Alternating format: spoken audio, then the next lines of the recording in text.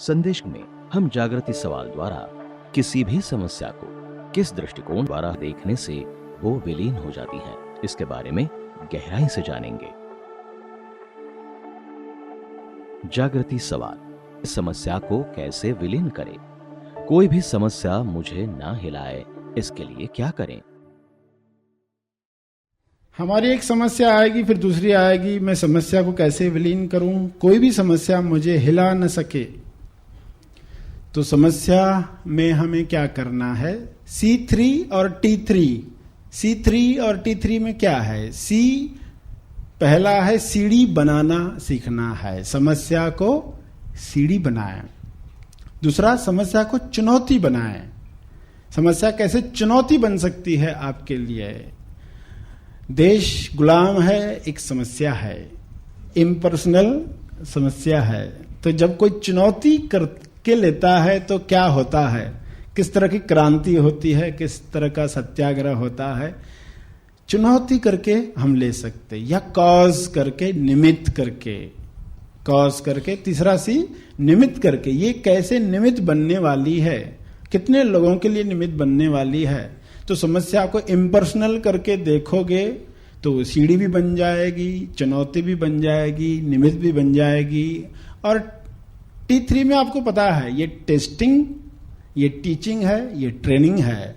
इसमें आप ट्रेंड हो रहे हैं। बहुत जल्दी ही जब ट्रेंड हो जाओगे तब समझ में आएगा कि ये समस्या हकीकत में आगे की तैयारी है।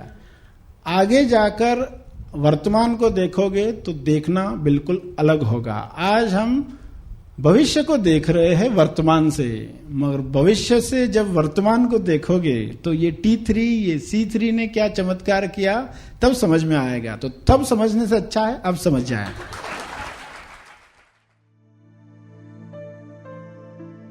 इस अनमोल मार्गदर्शन द्वारा हमने समझा कि किसी भी समस्या को हमें C3 यानी सीढ़ी, चुनौती और कॉज यानी निमित्त बनाना है।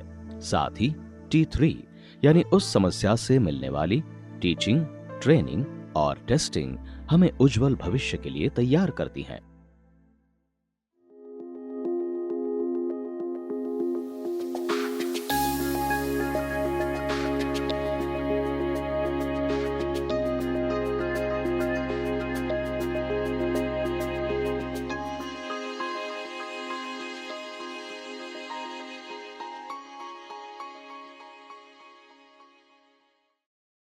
महा आसमानी निवासी शिविर मनन आश्रम पर आयोजित किया जाता है।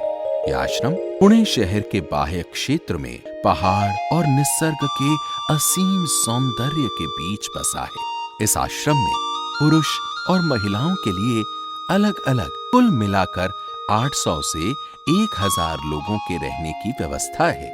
यह आश्रम पुणे शहर से 17 किलोमीटर की दूरी पर है। हवाई अड्डा, हाईवे और रेलवे से पूना में आप आसानी से आ सकते हैं। इस 5 दिवसीय शिविर में खोजी केवल सत्य श्रवण द्वारा आत्म साक्षात्कार की मंजिल तक पहुंचता है। इस यात्रा में खोजी कुछ नियमों और वचनों का पालन करते हुए हर दिन अंतिम सत्य की तरफ बढ़ते जाता है।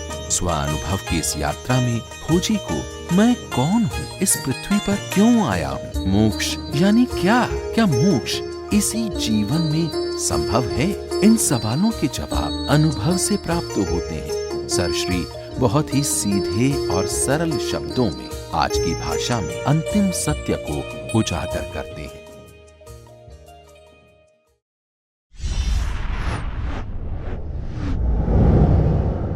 विचार नियम, the power of happy thoughts.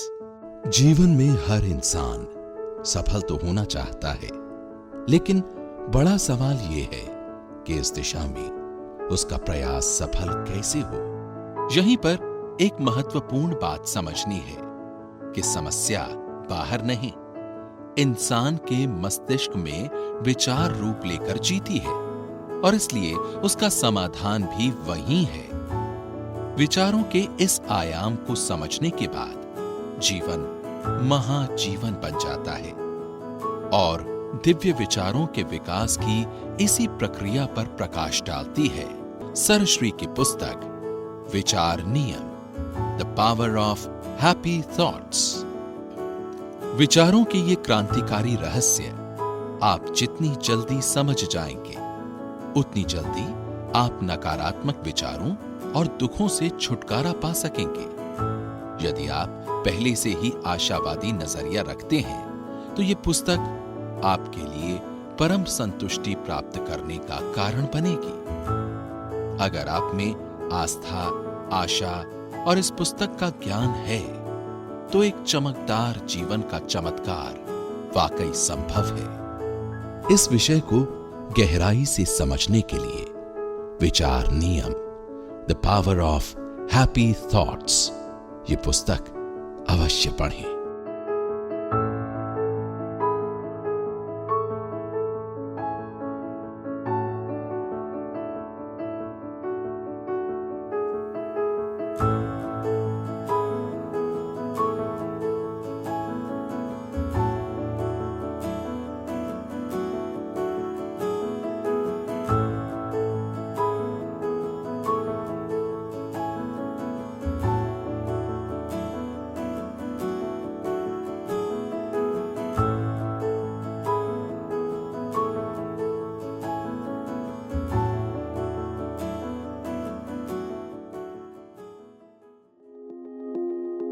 इस संदेश के बारे में अपने अभिप्राय विचार सेवा इस पते पर भेजें।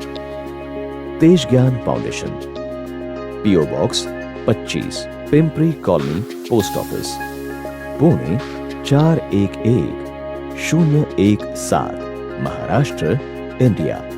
या आप हमें mail@tejgyan.com पर मेल भी कर सकते हैं।